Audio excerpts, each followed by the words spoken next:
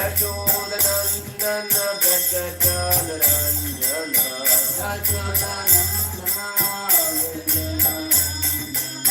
Yamunatira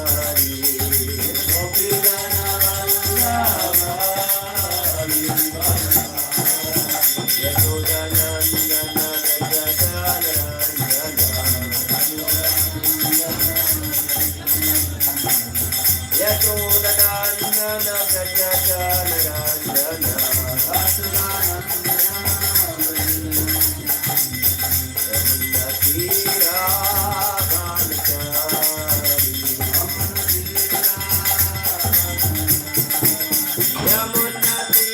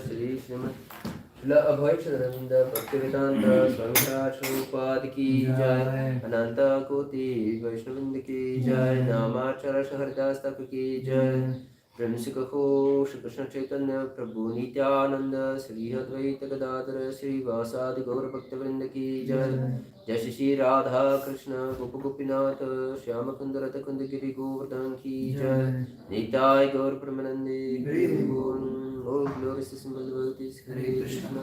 Oh glorious symbol devotees, Hare Krishna. Oh glorious symbol devotees, Hare Krishna. Oh glorious Shri Guru and Shri Gauranga. Oh glorious Shri Prabhupada. Namo Vishnupadaya Krishna Prabhupada Shrimad Swamiti Namine. Namo Vishnupadaya Krishna Prabhupada Shrimati Bhaktivedanta Swamiti Namine. Namaste Saraswati Deve Gauravani Pracharine Nirvishishaya Prandavadi Praschatadeshatarine. Om Jnanatimirandasya Jnananjanashalakaya Chakshurunmilitam Yena Tasmai Shri Gurave Namaha Shri Chaitanya Manobhishtam Stapitam Yena Bhutale Swayam Rupa Kadamahyam Dadati Svapadantikam Vandeham Shri Guru Shri Yuta Padakamalam Shri Gurun Vaishnavamsha Shri Rupam Sagrajatam Sahagana Raghunatanvitam Tam Sajivam Sadvaitam Savadutam Parijana Sahitam Krishna Chaitanya Devam Shri Radha Krishna Padan Sahagana Lalita Shri Vishakhanvitamscha He Krishna Karuna Sindhu Dinabandho Jugarpate Gopesha Gopika Kanta Radha Kanta Namostute Tapta Kanchana Gaurangi Radhe Vrindavaneshwari Vrishabhanu Sute Devi Pranamami Hari Priye Vanchakalpatarubhyascha Kripa Sindhu Behivacha Patitanam Pavanebhyo Vaishnavibhyo Namo Namah Shri Krishna Chaitanya Prabhu Nityananda Shri Advaita Gadadara Shri Vasadi Gaur Bhakta Vrinda Hare Krishna Krishna Krishna Hare Hare Hare Rama Rama Rama Hare Hare Hare Krishna.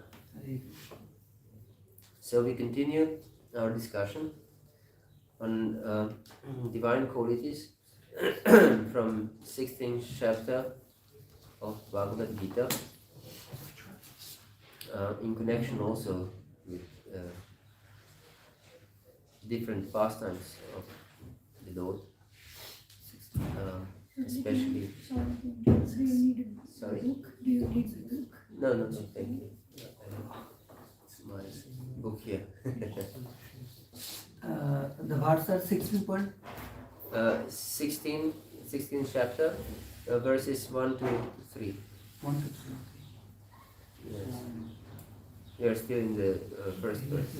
Yes.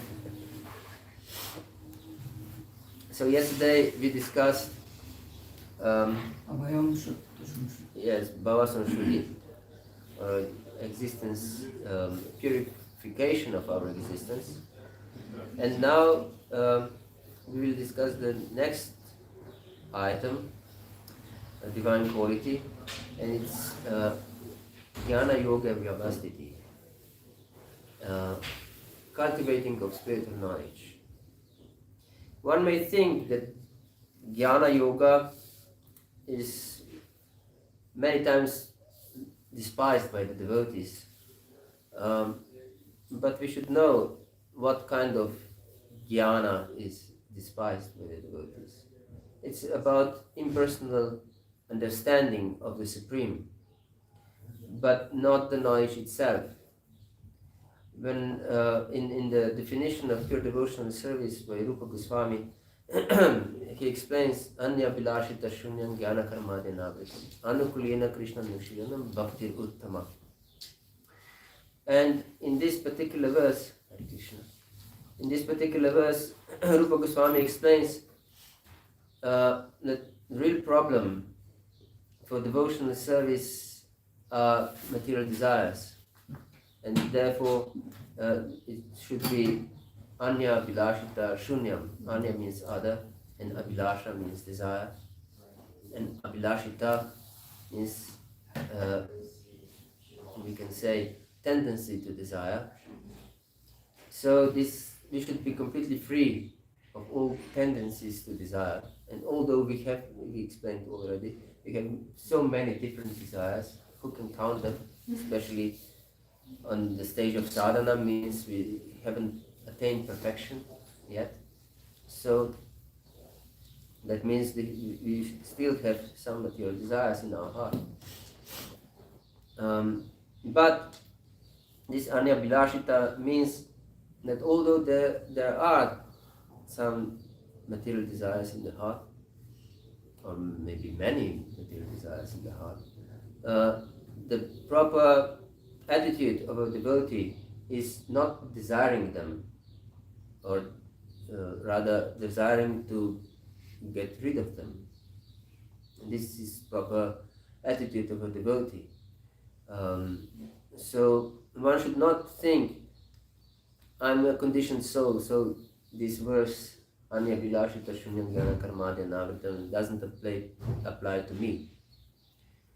We should know that this verse applies to us, and Rupa Goswami didn't write these definitions for Bhagavats because they don't need instruction. But the sadhaka are those, sadhakas are those who need instruction. Yes.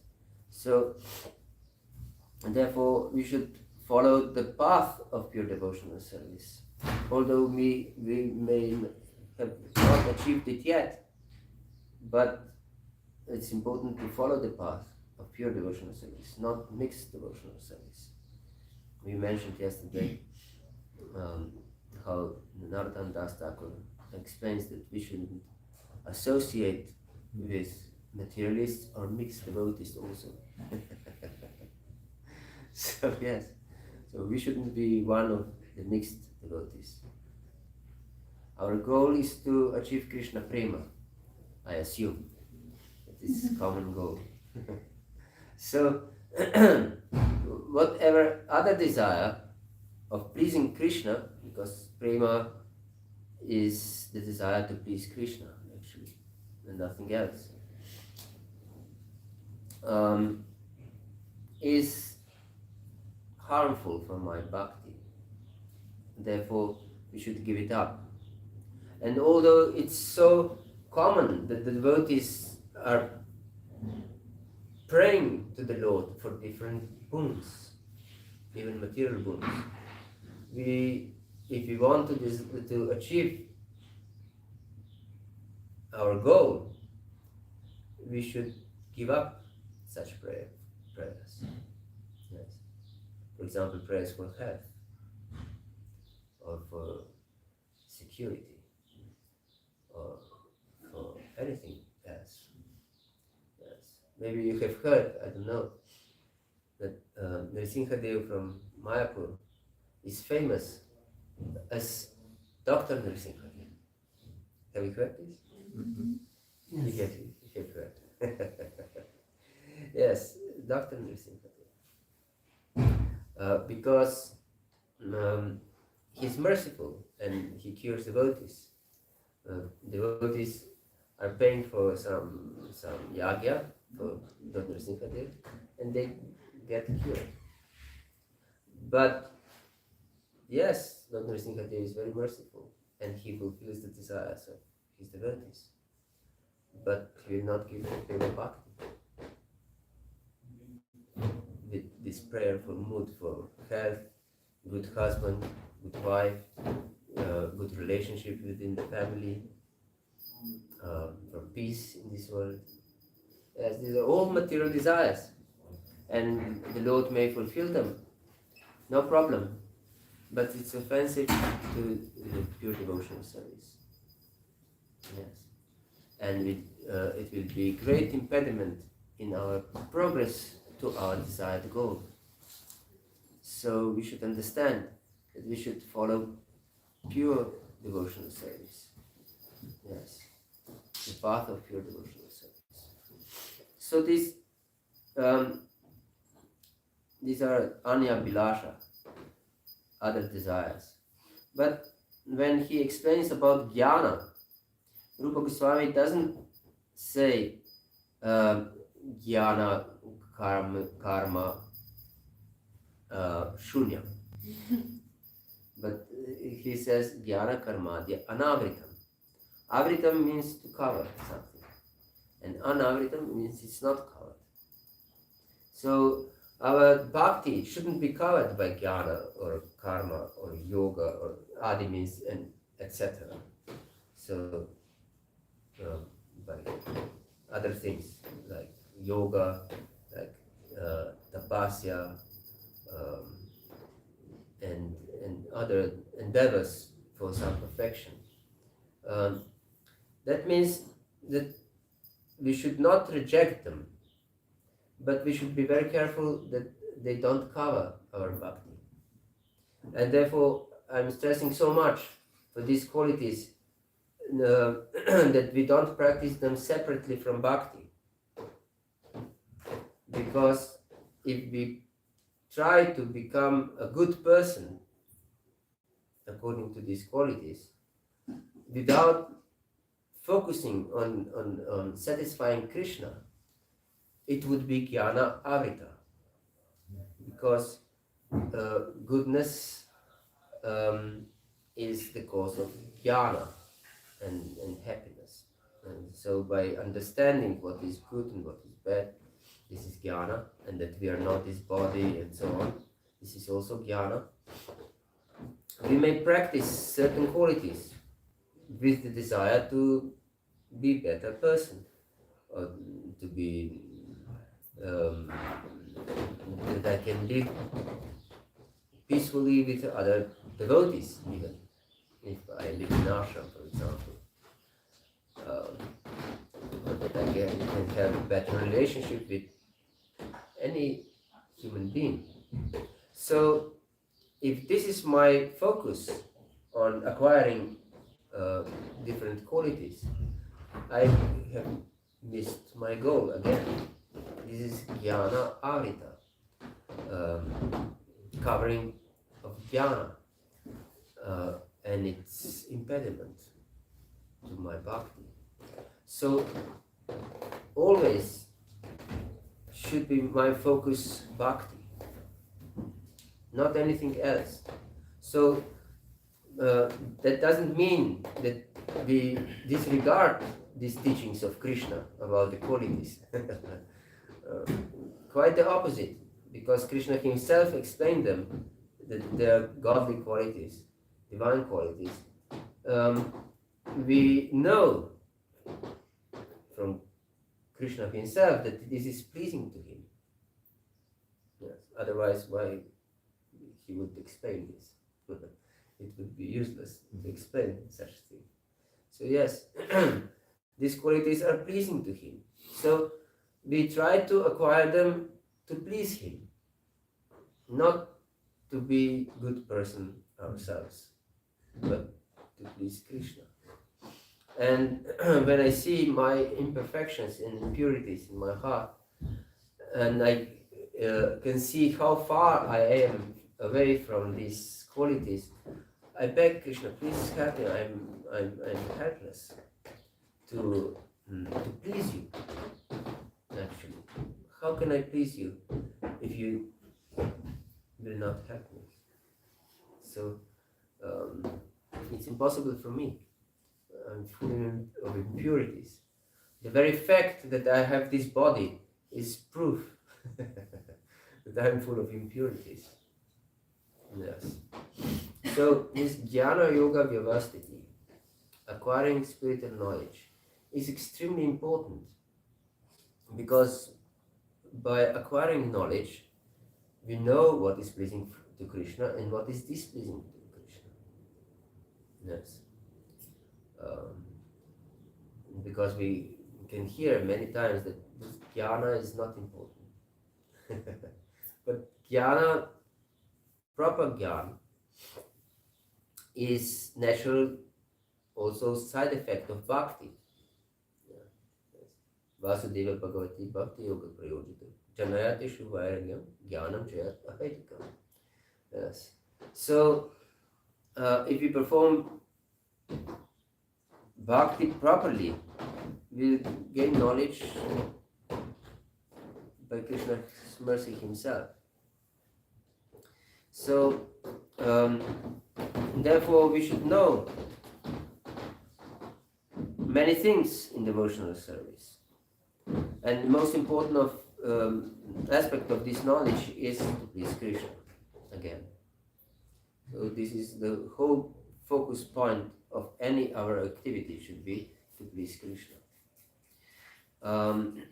So from time immemorial, different sages and those who try to achieve any success have undergone some spiritual training and teachings. And Prabhupada also, he has put so much effort and struggle to write his books. And of course, whatever he wrote, we can say it's jnana. It's knowledge. It's not something detached from our understanding. But it's jnana, it's teaching. You should live like this. You should follow this process. And the process is such and such and such. And this is jnana. So jnana is not something we would reject. But the jnana is something that we should accept. But shouldn't cover our bhakti. That is the message that we should remember all the time. So, for example, in Ram Lila, Ram himself accepted spiritual master. Jai Shri Radha Parisisvara ki Jai, Shri Gurmitai ki Jai, Jagannath Baldev Subhadra Mai ki Jai, Nitai Gaur Premanandi. Yes. One day, Vishwamitra Muni came to the court of Maharaj Dasharatha.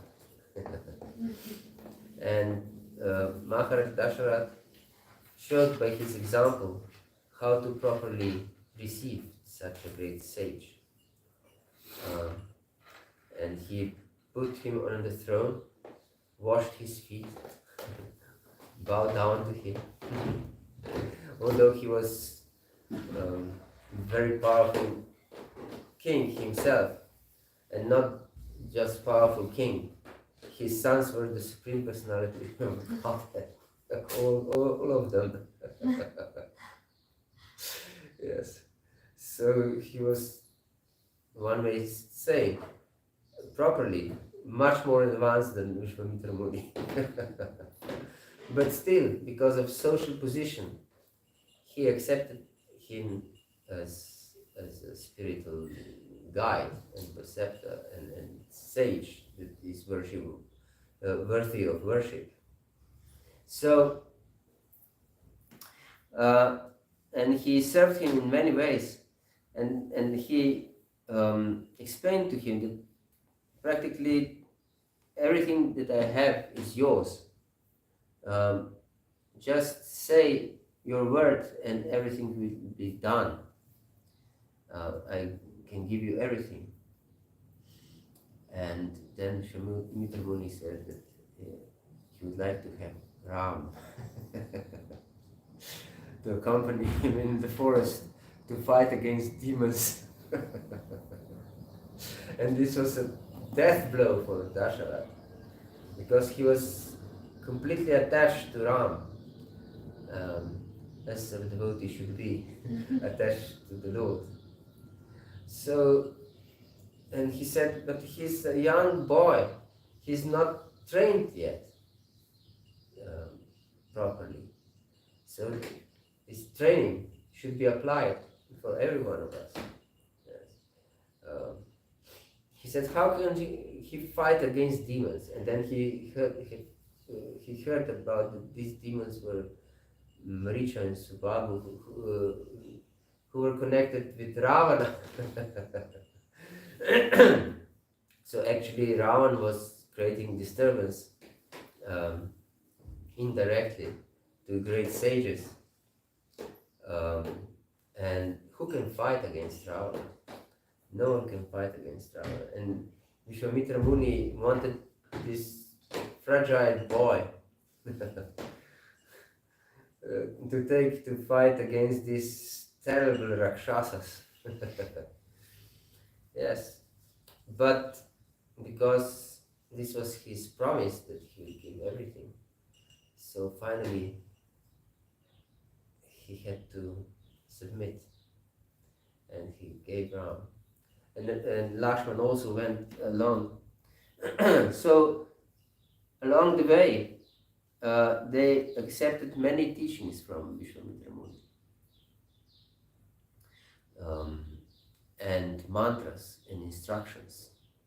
So it's very important for us also to diligently study Prabhupada's books. Once Prabhupada asked devotees, because they discussed how they distribute, how successfully they distribute his books. And he asked, but do you study them also? And turned out that the devotees didn't read regularly Prabhupada's books. And Prabhupada was not satisfied with this. And he stated that I wrote these books primarily for you, devotees, to study them and to understand them. Yes. You distribute some book and the guy is asking you, what's inside? I don't know, I don't read them. I just distribute them.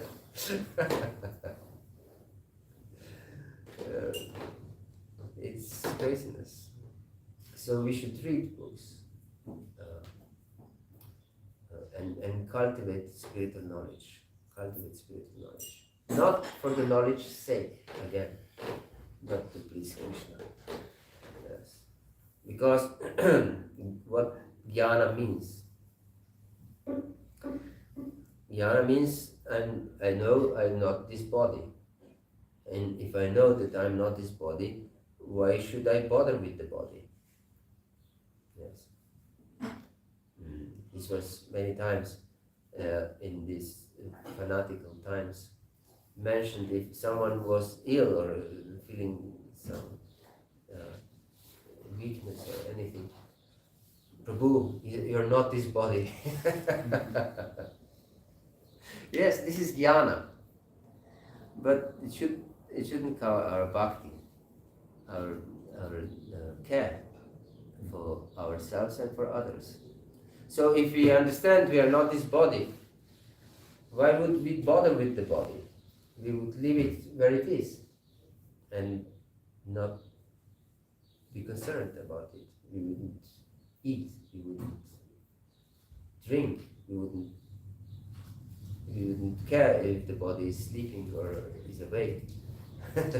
Or we wouldn't do anything with the body. We would leave it there and go somewhere else. Yes. This is the understanding, I'm not this body. Yes. So devotee doesn't act in this way. Devotee knows I have been put in a certain situation by Lord's providence, by Lord's mercy. So I should act in certain circumstances according to Lord's will. Therefore, I should know the Lord's will. This is very important. So whatever is my position, I'm not the master of it. I'm a servant. I should understand. So if I'm a brahmachari, I've been put in such a position by the Lord's mercy. So I should act properly according to brahmacharya rules. Not something in between. Something. And if I'm a grihastha, a father or a mother, I should act according to my social role. Because Krishna put me in such a position. Yes. This is very important to understand. Because if I say I'm transcendental to this situation in which I'm living, and it's not so important to be exemplary in certain situation, then it's jnana avida. Because I take this situation in which I am living as something external. Of course it is external. We shouldn't take it as absolute. But I'm been put in such a position because of some purpose that Lord has with me. This should be our perception. Yes, Lord has put me in a certain position with some purpose, to serve Him in a proper way and to purify my existence in a certain way. So if I'm a Grihastha, I should follow the principles of Grihastha life. And if I'm a father, I should properly carry out the duties of a father and a husband. And if I'm a mother, I should properly carry out the duties of a mother. And we should know what are the proper duties of a mother and wife and a father and a husband from Guru, Sadhu and Shastra, not from modern books. because this is very common even amongst devotees, that they try to acquire knowledge from modern writers, modern authors. Yes. And this is actually lack of faith in Guru, Sadhu and Shastra. Yes. And the problem of modern world is that these roles of mother and father and husband and a wife are completely mixed. And since they are mixed, they're a recipe for misery. Yes. Then everything is upside down. Then children think that they can command their parents. And a wife thinks that she might command her husband. And the husband thinks that he is not obliged to care for the family, to provide everything for the family. Yes, or anything like this. Especially modern society is completely supportive to irresponsible men. Yes, irresponsible men are protected. No one blames them for anything. They can play with women and leave them alone after some time when they get bored with them and they don't take care of them. Yes, this is modern way of living, and no one will blame you of anything if you live like this. Really, no social punishment will be posed upon you by such a behavior. Yes, but because of this false idea of false women liberation, those who try to be responsible men, they are crushed by women, usually. Yes, because they think they can command their husbands. Yes, and then because everyone is educated in such a way that everything is equal, men education, women education, is everything equal, no difference, then men try to become weaker and weaker and weaker, and women are more and more masculine because they try to equalize them. And this is the outcome of modern education. And it's a recipe for destruction of society. And we can see that this is present in our society, complete destruction of society, destruction of values, destruction of everything. And therefore, it's so permeated our society with fear and anxiety, because there is no shelter anywhere. Home is no shelter anymore. for anyone. Kids, I've heard that in France, the school is obligatory from the year of 3 years old. I've heard. Is it true? It's craziness. From 3 years old. So 3 years old children are torn from their mothers and put into some institution with other 3-year-olds, which is completely unnatural, because natural for a child is to grow up in a diverse environment.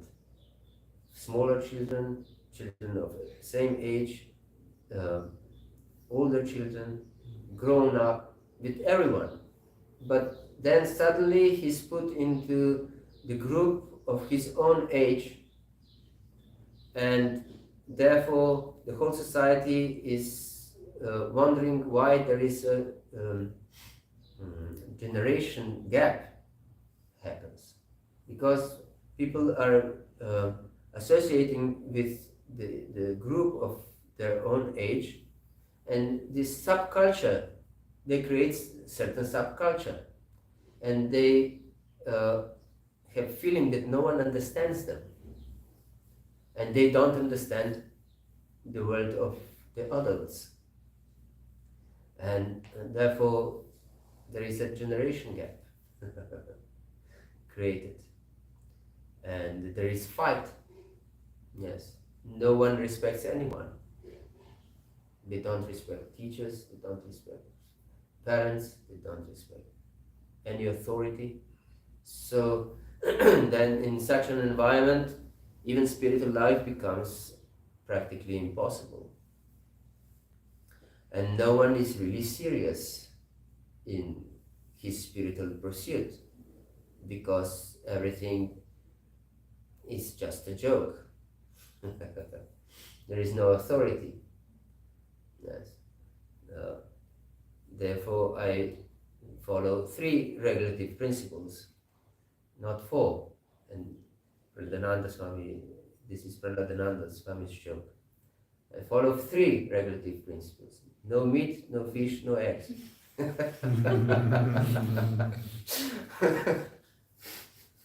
Hare Krishna. Because there is no authority. So I'm my own authority. So I accept what is pleasing to my mind, and I reject what is displeasing to my mind. So in such an environment, who can spiritually progress? No one can spiritually progress. So we should take spiritual education very seriously. Very seriously. Yes. This is not jnana avrita. This is essential to understand bhakti. Yes. Because from time immemorial, we put ourselves in the center of our existence, and we want to live according to our desires. From time immemorial. So we were the center of any pursuit. But bhakti means to put ourselves out of the center and put Krishna in the center. Yes. So therefore, spiritual education is absolutely necessary to know what is good for devotional service, what is bad for devotional service. Therefore, so many books are there from our acharyas. Yes. Rupa Goswami, we are known as Rupanugas, the followers of Rupa Goswami. And he wrote many, many, many books, himself also, and Prabhupada also, in order to understand them. Yes. So we should understand at least 2 books of Rupa Goswami, Nectar of Instruction and Nectar of Devotion.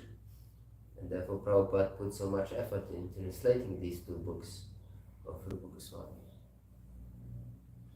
So we should know And Rupa Goswami begins the nectar of instruction. Vacha vegam manasa krodha vegam, jihva vegam udara pasta vegam, yatam vegan yogishakita dira, sarvama vimam pritivim shashishya.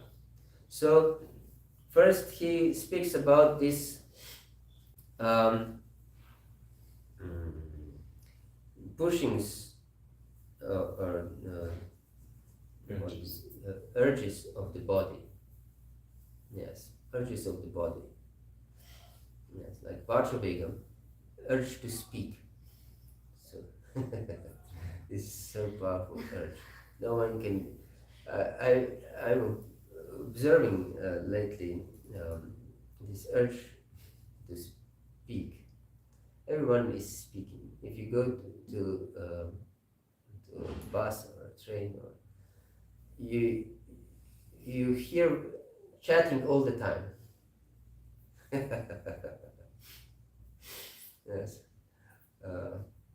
it's usual background sound is chatting wherever you come, even in devotional society. There is chatting all the time. It's urge to speak. We cannot give it up. So, therefore, it is recommended to engage it in Krishna service. The sages in previous times accepted Mauni Vrata. This very difficult vow of being silent. But then they tried to communicate in some other way. They had a slate with a chalk and they wrote or anything else. So yes, but we should understand that everything given by the Lord should be utilized for the Lord's service. So we can use this urge to speak, but for the Lord's pleasure. Again, so bhakti should be our focus in every regard.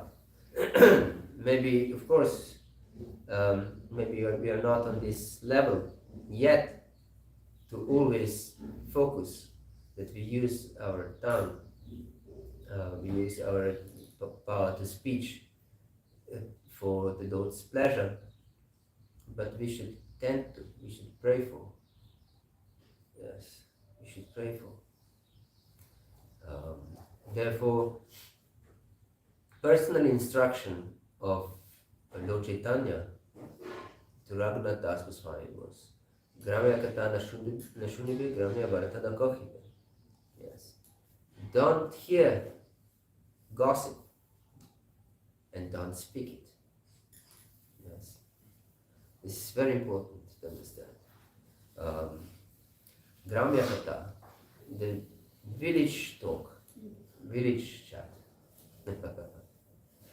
Yes, and you should not engage in it. You should not engage in it. Yes. Manasa krodha vegam. Yes, krodha, and our mind is our deadly enemy.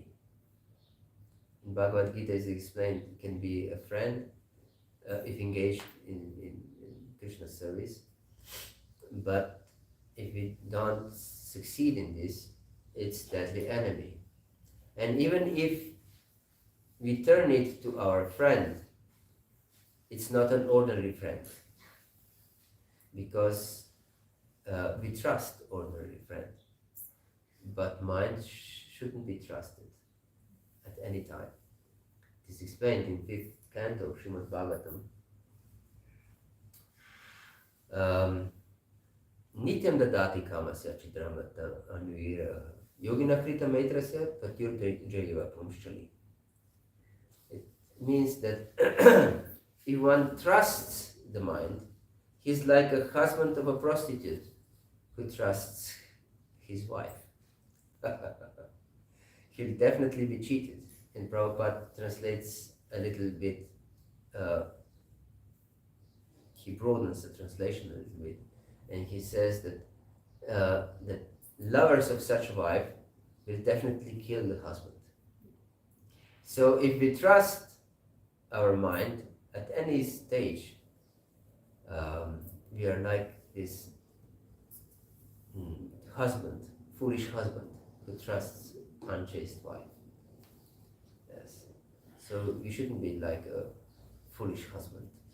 And there are other comparison in Shastra, in Bhagavatam, that mind is like a wild beast, wild animal, ferocious animal. And a yogi, or one who tries to control the mind, is like a hunter who captures this ferocious beast. And therefore, he should be vigilant all the time. If he is not careful, at any moment can this ferocious beast escape and tear the hunter apart. Yes. So we should be very careful about the mind. And krodha, anger, is the expression of our karma, as we discussed yesterday, of our material desires. And immediately when material desires are frustrated or something goes against our expectations, we become angry. If we consider that there is any chance of changing the situation in any way, if we are completely hopeless of changing anything, this reaction is not krodha, but depression. So there is so much depression in modern world because there is so many things that are against our desires, that are completely beyond our ability to change anything. So people are deeply depressed many times. Yes. So this is all consequence of lack of knowledge. Therefore, this jnana yoga vyavastiti, yoga itself means connection with the Lord. Yes. Because this impersonal knowledge cannot be classified as yoga. So this impersonal jnana is not jnana yoga, is jnana kanda, not jnana yoga. Yoga means service, actually, connection with the Lord. And only bhakti is of any connection. There is no connection without bhakti. So we should know that this mind control and acquiring different qualities and getting knowledge is just to please the Lord. This should be our focus all the time. To please the Lord, to please the Lord, to please the Lord. And I should pray to the Lord, please help me to please you. Because I'm helpless. This should be one of the first lessons that we learn, that I'm helpless. Yes. Because immediately when I think that I'm in control, I'm in illusion. I'm in great illusion. When I accept the fact that I'm helpless, this is my only hope. But of course, although I recognize my helplessness, I should endeavor with all my strength, because I was given certain strength for certain purpose. Yes. And we should apply it. We should apply everything we were given. So we should apply our abilities. We should apply our knowledge. We should apply our circumstances in which we live with great responsibility. Yes. Because none of this is ours. My knowledge, my intelligence, my abilities, my social role, nothing is ours. We're given, all these things were given to us with certain purpose. We should always have this vision. I was put in certain role for some purpose. Therefore, these blessings in our life are so important from great souls. And these blessings are not, please give me blessings, please give me blessings. And the person lifts his hand and yes, I'm blessed. This giving of blessings means to receive instruction. This is true blessing. And following the instruction is true blessing. So, we were given certain instructions in life, and these are blessings. Yes. We can just imagine if we haven't received Prabhupada's instruction and a Guru's instruction, we would be doomed. So instruction is true blessing. So when Prabhupada and our Guru Maharaj says follow 4 Vedic principles and chant at least 16 rounds of Maha Mantra without offense, this is a blessing. And we should take it seriously. If we don't take such a blessing seriously, we'll lose it. We'll rob ourselves of blessings. And when we follow such instruction, we are really blessed. Yes. This should be our perception. Because our life depends on our perception. We can be blissful or completely miserable in any situation, in the same situation. We are creator of our own misery, and we are creator of our own bliss. This is our power. We can create hell or heaven from the same, exact the same situation. Yes. And in our power is to turn blessings into curses. But also it's in our power to turn curses into blessings, if we use it in proper way. Yes. So, therefore, this is an art of living. Bhakti Yoga is true art of living. Because it's about our consciousness. Therefore, Prabhupada established Krishna Consciousness movement, not even Krishna worship movement. Although we worship Krishna, but if we worship Krishna absent-mindedly, it's not proper worship. Yes. Or if we try to cheat Krishna by worshipping him, it's not proper worship. Because when Krishna came to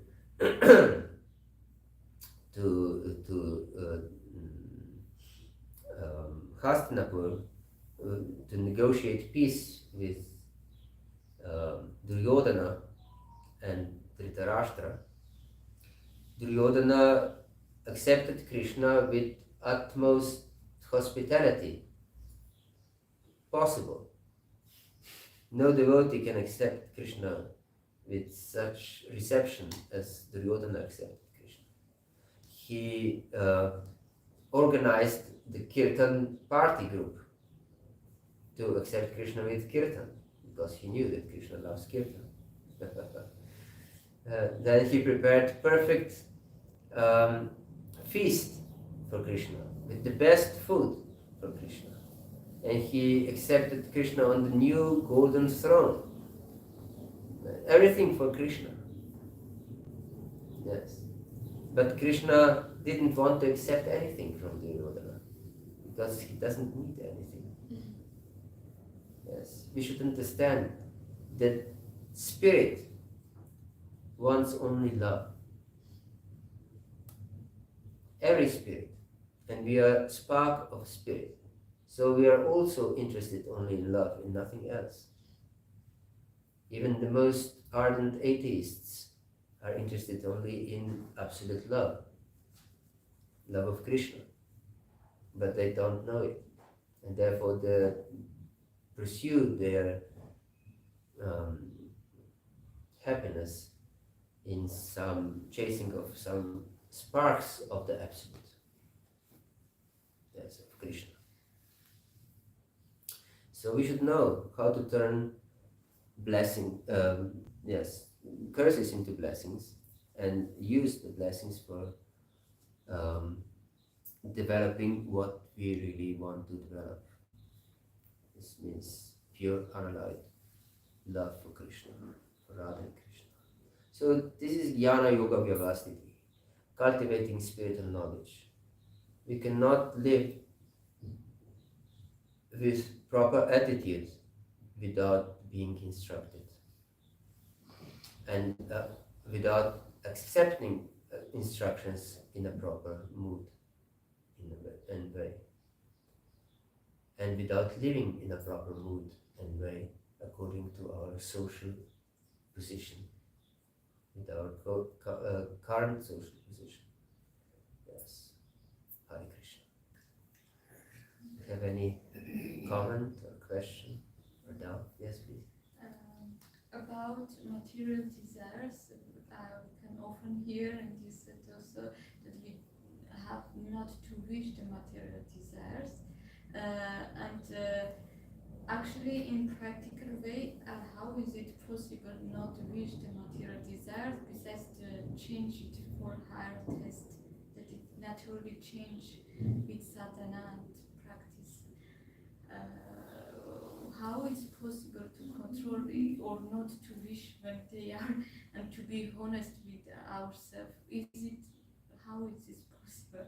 It's not possible. It's not possible. Therefore we should pray to Krishna. I'm stressing this prayerful mood all the time. That I'm helpless. It's not possible for me to give up these desires. Not even to give up the desires to the material desires. Because many times we are afraid if I give certain desires, I don't want to give up certain desires. I keep it as something very valuable. Yes. Yes. It's craziness. And maybe we know theoretically it's craziness, but still we cannot help ourselves and still want certain desires. We don't want to give them up. Therefore, one who is a devotee should pray to the Lord. Please help me give up these desires. Please help me to give up desires for material desires. Yes. I'm helpless. I'm completely helpless. But I know from Guru, Sadhu and Shastra that this is not beneficial for me. Maybe I haven't realized this. This is not beneficial for me. But please Krishna, help me. Help me. Yes.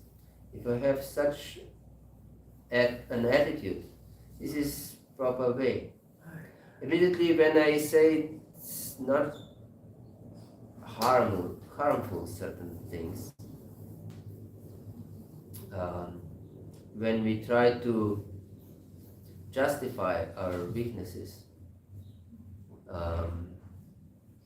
then we fall away from the path of pure devotional service.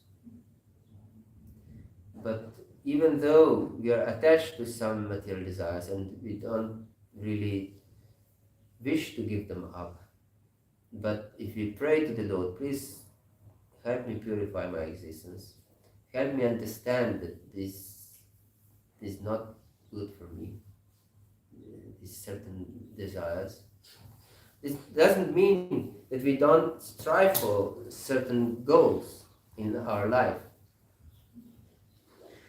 We should understand this. This doesn't mean that we completely reject our pursuits in our life, because we were given some abilities, we were given some inclinations in life with certain purpose, to use it for Krishna's service.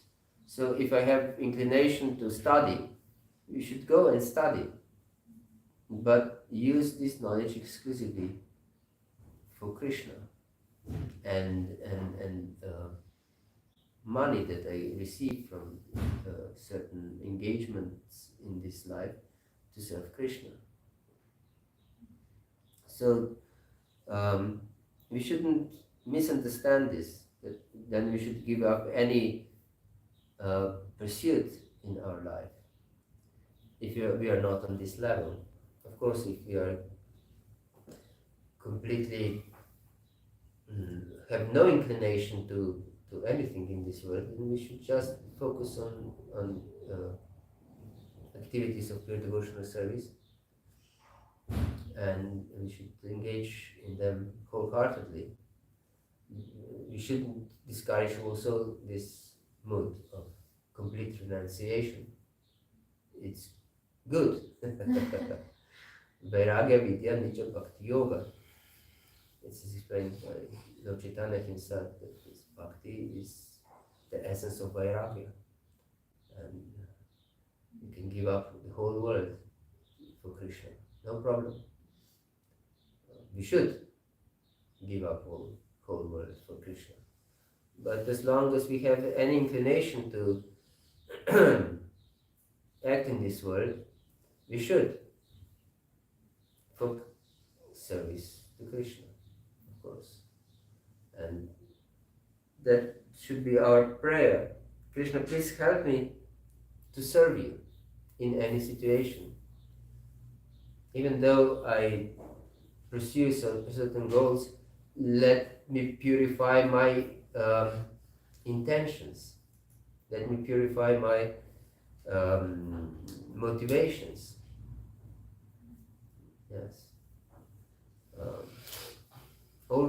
We should be always in such a prayerful mood, as Narottam Das Thakur explains. I'm always afraid that I will not be able to give up all these obstacles to pure bhakti. Therefore, I pray constantly. So, we should always pray. Also pray constantly to Krishna. Please help me to give up these obstacles, to overcome these obstacles in my spiritual life. Is this okay? Hare Krishna. Anything else?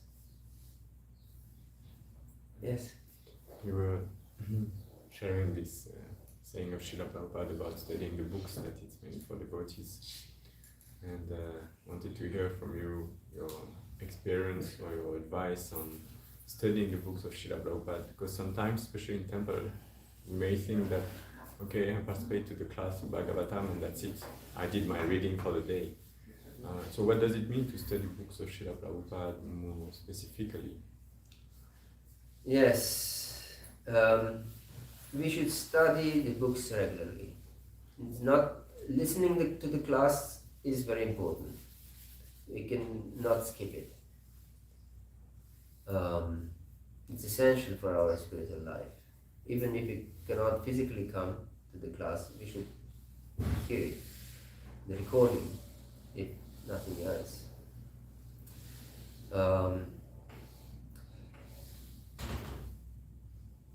But we should also read books and study them. And this study means that we try to live according to books.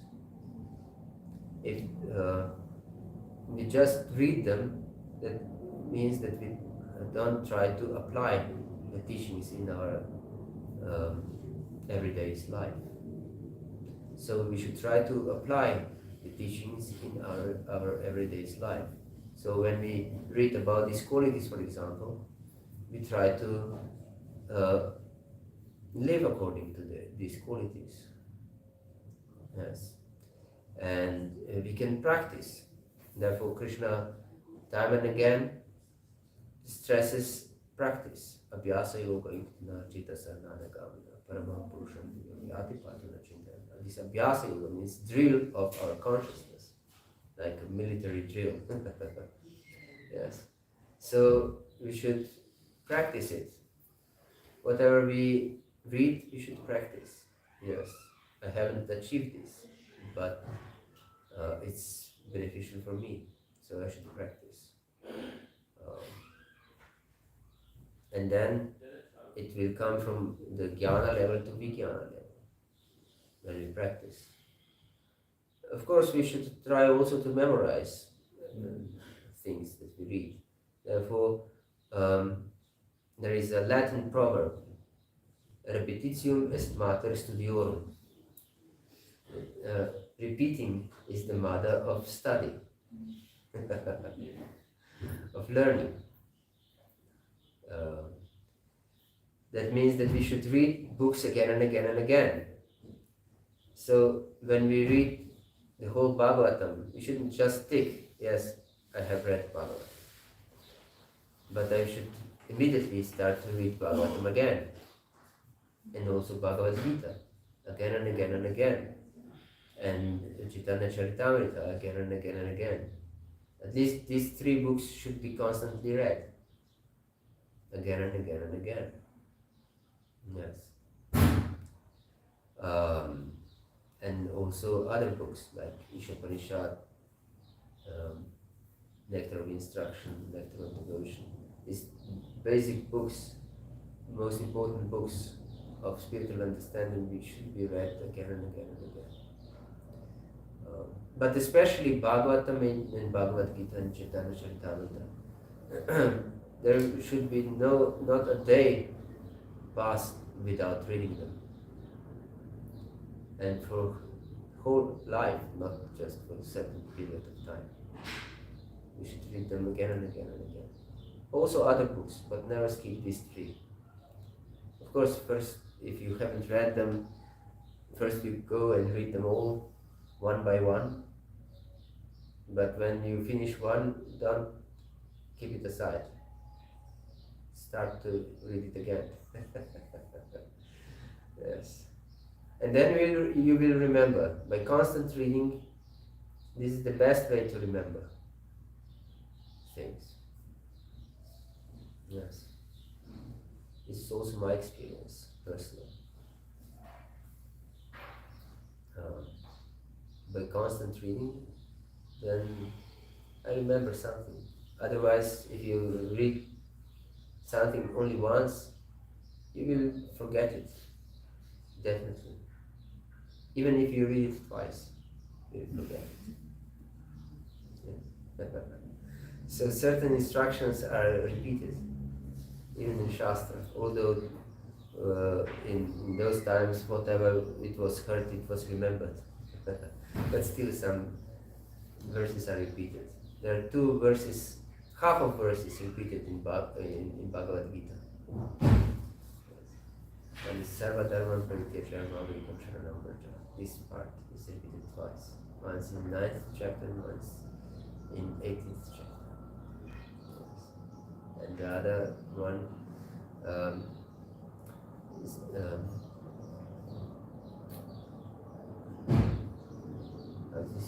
it begins Shriyo Swadharman Swaguna Paradharma Swanashita. Yes, once in 3rd chapter and once in 18th chapter again. Yes, it's better to perform one's own work, even if imperfectly, than perfectly perform some others' work. So these two instructions are extremely important. Therefore Krishna repeats them twice. So we can see that this repeating, continuous reading is so important. Continuous acquiring knowledge. Yes. Never skip reading. Not a day should pass without reading. Therefore Prabhupada said you should read at least 3 hours in one statement.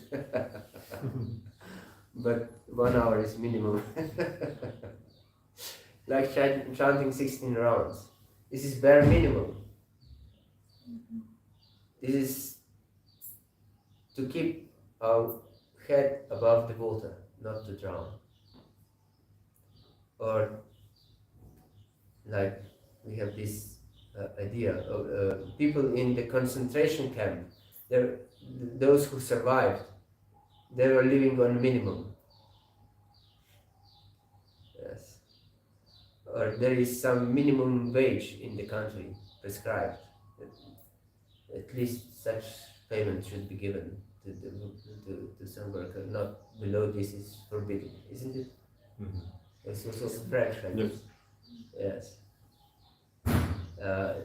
So this is also the same principle. This is minimum, not maximum.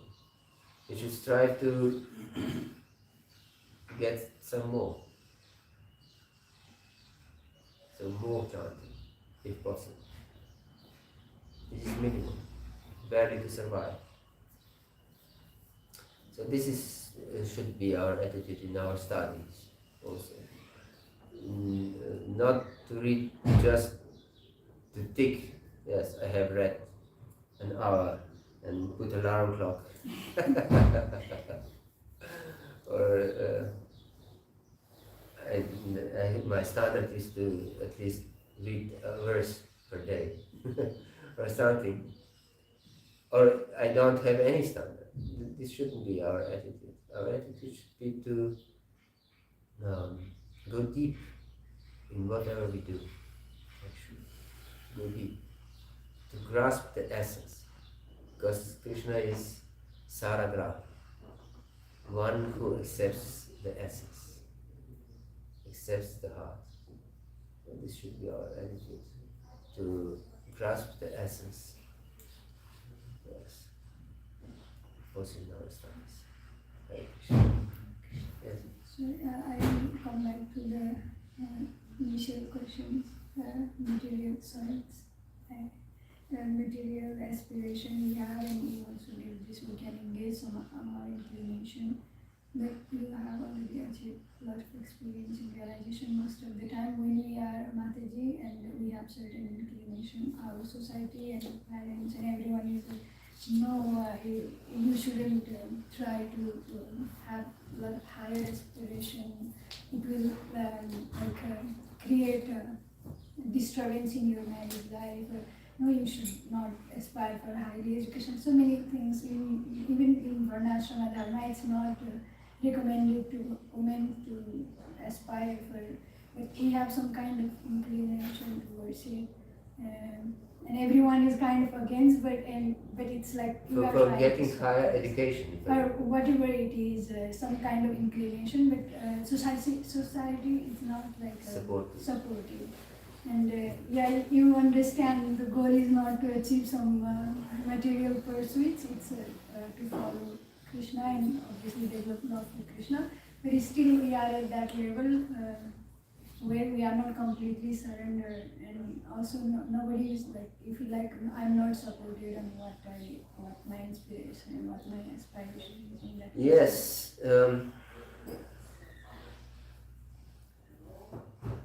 This is a very difficult question, actually.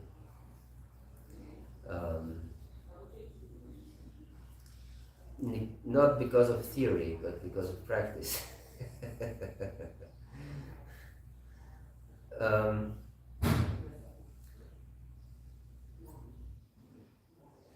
When we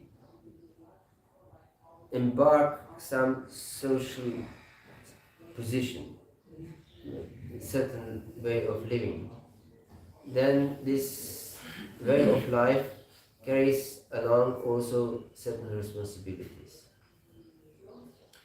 So when I have a family and young children, then mother has always to be with the children. This is her sacrifice. Because the whole life is sacrifice, actually. And father also, when he accepts a wife and children, he cannot mess with other women. It's also his sacrifice.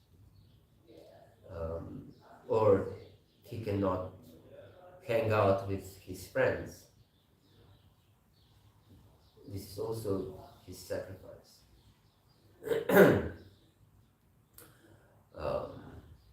And he has no time for other pursuits as he would like to have it. So when we are in a certain position, we should know what is proper and what is not. So best time for such studies and aspirations is before we get married, for example.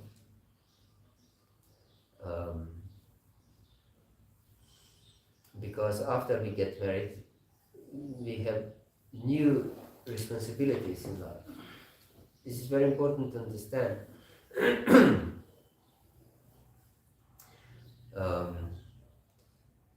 Because if we neglect these responsibilities, this is disservice also to Krishna, and will create havoc in life of those who are dependent on us. If children don't get enough care from their mothers or fathers, they're greatly handicapped in their life. Greatly handicapped. And if any of the parents neglect their duties, they create havoc in the life of their children. And the foremost duty is, of course, spiritual duty. So, mother and father should teach their children spiritual life even before they were conceived. Yes. And therefore there should be strict following of sadhana in the house, and mother should breastfeed their children along with chanting of the holy name. This is extremely important, and the holy name will enter the heart of a child through mother's milk, and it will go extremely deep in the heart. And children should be taught to chant the holy name, and the whole family should chant the holy name very strictly and very focused. No talking is allowed during our chanting. Or there should be morning and evening program with the whole family, and listening to classes together, chanting together, reading together. So if we live our life like this, then this is beneficial environment for Krishna consciousness. Then children will take Krishna consciousness as something completely normal, as everyday's food is everyday's sadhana. Yes. And everyone should be engaged also in deity worship at home. Of course, this takes a lot of time. Very much busy with all these programs. So when we are married, it's very hard to embark something new. At least when the children are young, means till they are at least 15 years old. It's difficult because you have so many responsibilities with them. Yes, and you shouldn't neglect these responsibilities because they are foremost. But before we get married, we can pursue these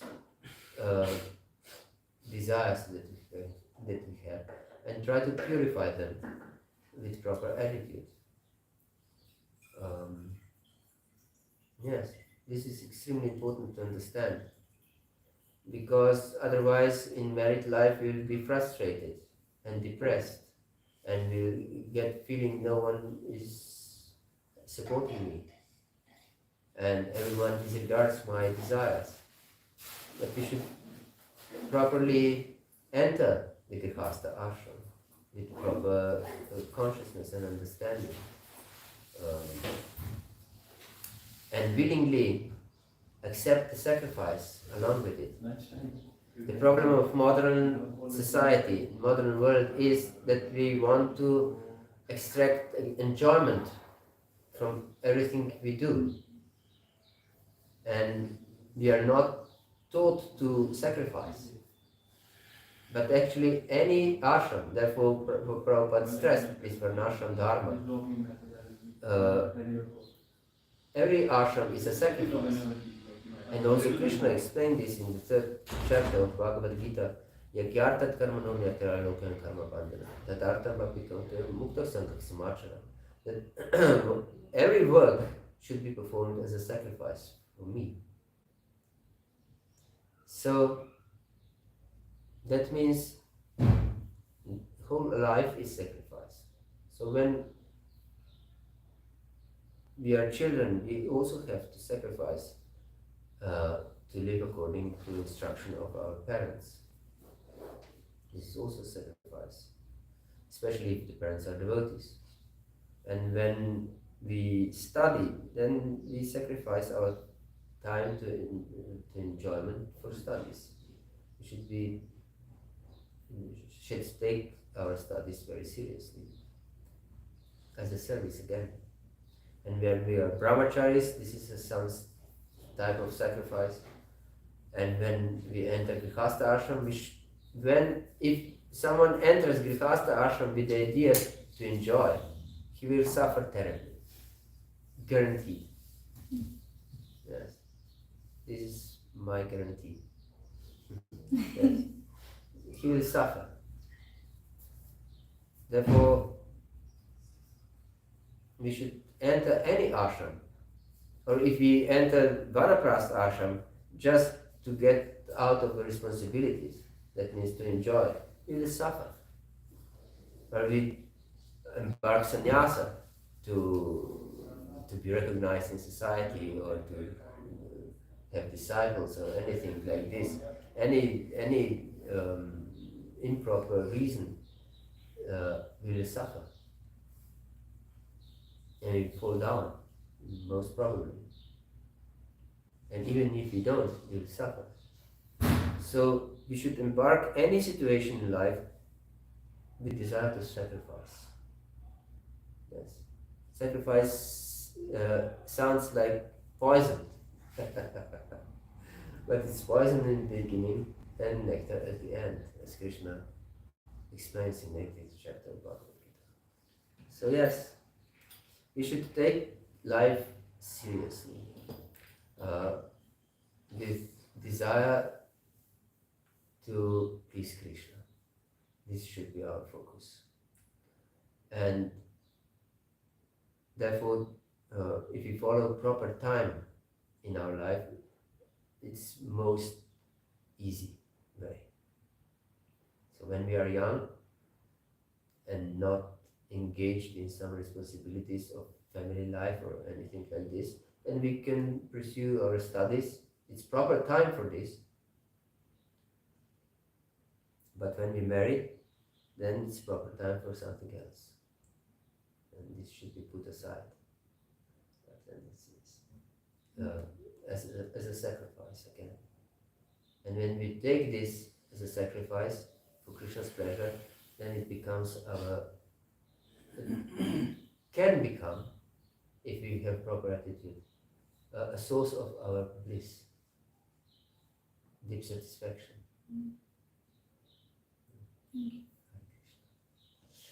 Shri Prabhupada ki jai, Gaura Bhakta Vrinda ki jai, Nitai Gaur Pramanandi. Please accept Mahamad.